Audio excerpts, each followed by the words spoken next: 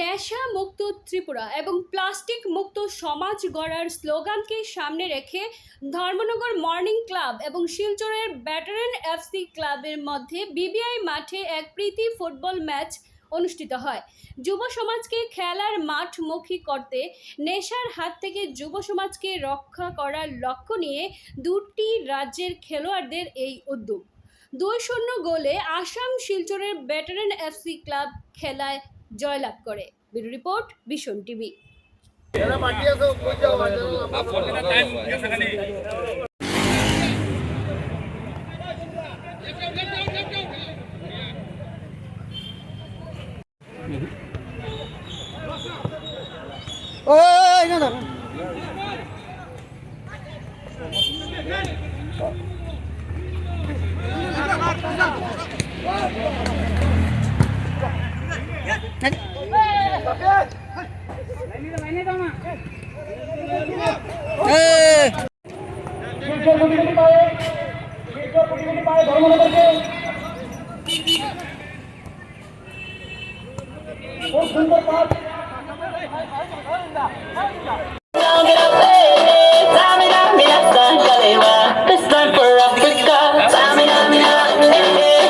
সবই আগে ভাবতাম যে মানে 40 পরে আর আমাদের কিছু নাই, কিন্তু এখন দেখা যাচ্ছে যে মাস্টার গেমসও হচ্ছে 40 এবাব, 50 এবাব, ওই হিসাবেই এখন আবার খেলা শুরু হয়েছে ভেটারেন্সের।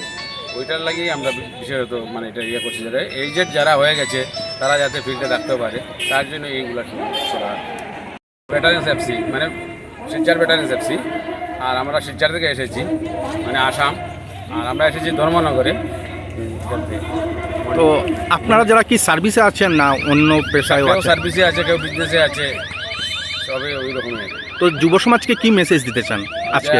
আমাদেরকে মানে মেসেজ দেওয়ার মতো তারাই যাতে এইগুলা দেখে, আমাদেরগুলো দেখে এবং শিখে যে না পরেও খেলতে পারবে, এখনও খেলতে পারবে। ওইটাই খেলাটা কতটুকু প্রয়োজন?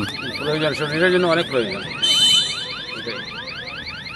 ধর্মনগর মর্নিং ক্লাব এবং শিলচরের ব্যাটারেন মর্নিং ক্লাব উভয় দলের মধ্যে একটা প্রীতি ফুটবল ম্যাচ অনুষ্ঠিত হয়ে গেল। এই ফুটবল ম্যাচটি বিশেষত সমাজের কাছে একটা বার্তা দেওয়া, সুষ্ঠু সমাজ গড়ার ক্ষেত্রে এই ফুটবল যাতে একটা গুরুত্বপূর্ণ ভূমিকা পালন করে।